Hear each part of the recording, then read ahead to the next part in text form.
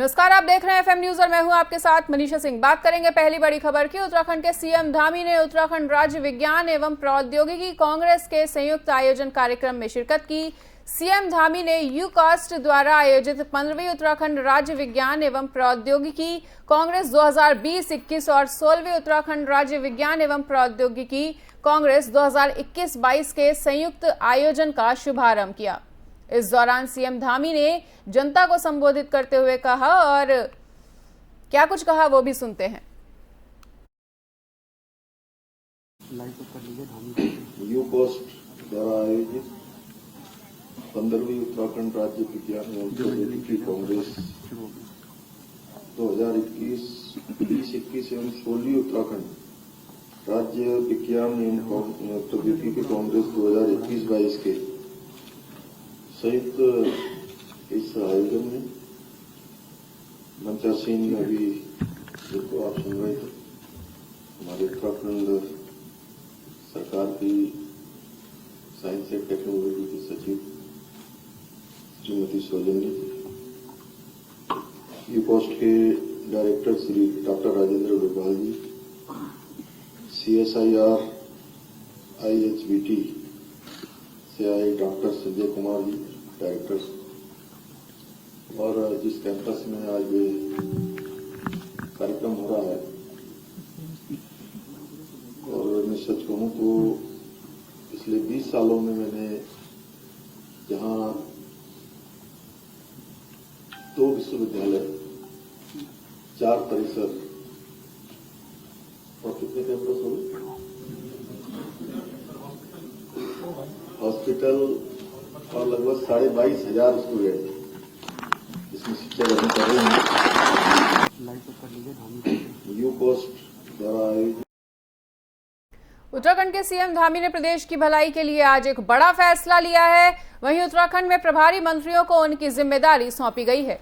मुख्यमंत्री पुष्कर धामी ने जिलों के प्रभारी मंत्रियों को नियुक्त किया है। वहीं अब जल्द ही जिला योजना की बैठकें होंगी और जिला योजना के तहत काम शुरू हो जाएगा। नई सरकार के गठन के बाद से ही जिला योजना की बैठकें नहीं हो पा रही थी, ना ही जिला योजना का बजट खर्च हो पा रहा था। इसकी सबसे बड़ी वजह जिलों के प्रभारी मंत्रियों का नियुक्त नहीं होना था।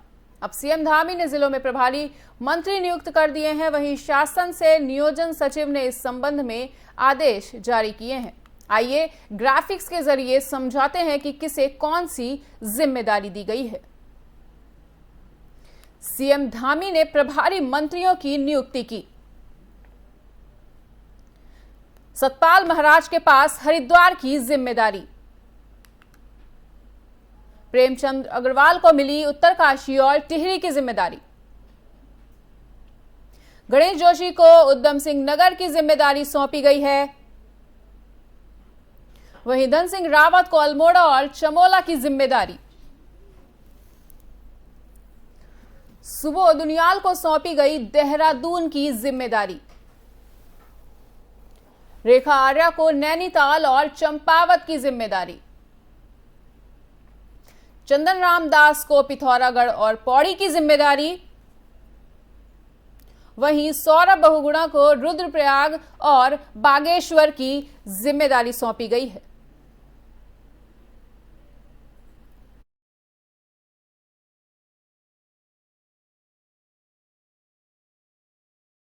बीते दिनों केंद्र सरकार की अग्निपथ योजना को लेकर देश भर में हिंसा का माहौल था। जहां एक तरफ सत्ता पक्ष सरकार की योजना के समर्थन पे थी, तो वहीं दूसरी तरफ विपक्ष ने सरकार के इस योजना की अवहेलना की। इसी कड़ी में अब सीएम धामी केंद्र सरकार के समर्थन में उतरे हैं और एक कार्यक्रम के दौरान सीएम धामी ने कहा है कि पिछले 8 वर्षों में प्रधानमंत्री नरेंद्र मोदी ने अपनी दृढ़ इच्छा शक्ति एवं दूरदर्शिता से अंतिम पंक्ति में खड़े व्यक्ति को ध्यान में रखकर प्रत्येक क्षेत्र में जन कल्याणकारी निर्णय लेने का अभूतपूर्व काम किया है।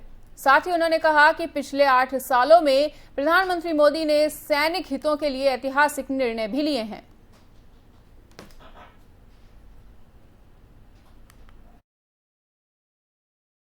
प्रधानमंत्री मोदी जी ने जितने भी निर्णय आज तक लिए हैं 2014 से लेकर अब तक, सारे के सारे निर्णय उन्होंने देश हित में लिए हैं। उन्होंने देश के उन लोगों के लिए निर्णय लिए हैं जो अंतिम छोर में खड़े हुए हैं, जिनको देखने वाला कोई नहीं है, उन सब की चिंता की है। अगर आप सब लोगों के लिए भी देखिए तमाम निर्णय लिए हैं, उसके बारे में मैं विस्तार से जाऊंगा तो बड़ा लंबा हो जाएगा। 1 रैंक और 1 पेंशन कितने सालों से रुका हुआ था, वो निर्णय लिया, भले ही जो है उसमें आगे चलकर और भी निर्णय होंगे, लेकिन एक निर्णय लेने का काम उन्होंने किया। सियाचिन ग्लेशियर के अंदर जो लोग सेना में काम करते हैं उनके पैर गल जाते थे, वो बर्फ का कीड़ा लग जाता था, मैंने देखा था उनको। आप लोगों में से भी सबको जानते होंगे, मैंने देखा कि कई लोगों के पैर काटने की नौबत आ जाती थी। अच्छे बूट नहीं होते थे, अच्छी जैकेट नहीं होते थे, अच्छे उनके पास उपकरण नहीं होते थे। वो सारे के सारे निर्णय प्रधानमंत्री मोदी जी के आने के बाद हुए। देश की गरीब जनता को, देश की आम जनता को, सामान्य जनता को सुविधाएं देने का काम किसी ने किया तो मोदी जी ने। प्राचीन काल से ही लोग आयुर्वेद चिकित्सा को सर्वोपरि मानते आए हैं। इसी कड़ी में अब उत्तराखंड के सीएम धामी ने भी आयुर्वेदिक चिकित्सा को बढ़ावा दिया है और सीएम का मानना है कि प्रदेश में मौजूद आयुर्वेदिक चिकित्सालयों के माध्यम से प्रदेश वासियों को बेहतर स्वास्थ्य लाभ मुहैया कराया जाएगा। सीएम धामी ने ट्वीट करके कहा है कि प्रदेश में 551 राजकीय आयुर्वेदिक चिकित्सालयों के माध्यम से प्रदेश वासियों को स्वास्थ्य लाभ प्राप्त हो रहा है। वहीं प्रदेश सरकार प्रत्येक नागरिक को बेहतर स्वास्थ्य सुविधाएं उपलब्ध कराने के लिए प्रतिबद्ध है।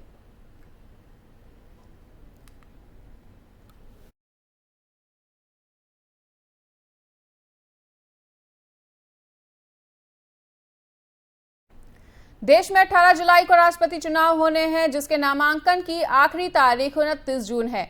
राष्ट्रपति की रेस में बीजेपी ने भी अपना उम्मीदवार मैदान में उतार दिया है और बीजेपी ने झारखंड की पूर्व राज्यपाल द्रौपदी मुर्मू को राष्ट्रपति उम्मीदवार घोषित किया है। इस दौरान उत्तराखंड के सीएम धामी ने द्रौपदी मुर्मू को उम्मीदवार चुने जाने पर बधाई दी है और बीजेपी हाईकमान का आभार भी व्यक्त किया है। सीएम धामी ने ट्वीट कर लिखा है कि झारखंड की पूर्व राज्यपाल द्रौपदी मुर्मू जी को एनडीए की ओर से राष्ट्रपति पद का उम्मीदवार बनाए जाने पर केंद्रीय नेतृत्व का आभार। वहीं जनजातीय समुदाय की महिला को राष्ट्रपति पद की उम्मीदवार बनाने का बीजेपी के राष्ट्रीय नेतृत्व का ये निर्णय काफी ज्यादा ऐतिहासिक है। विषम भौगोलिक परिस्थितियों के बीच मुर्मू जी का संपूर्ण जीवन जनजातीय समाज के शैक्षणिक उन्नयन, गरीब और जरूरतमंदों की सेवा के लिए समर्पित रहा है। साथ ही सीएम धामी ने कहा कि मुझे पूर्ण विश्वास है कि मुर्मू जी का अनुभव और नीति निर्धारण की क्षमता देश को विश्व गुरु बनाने में योगदान देगी।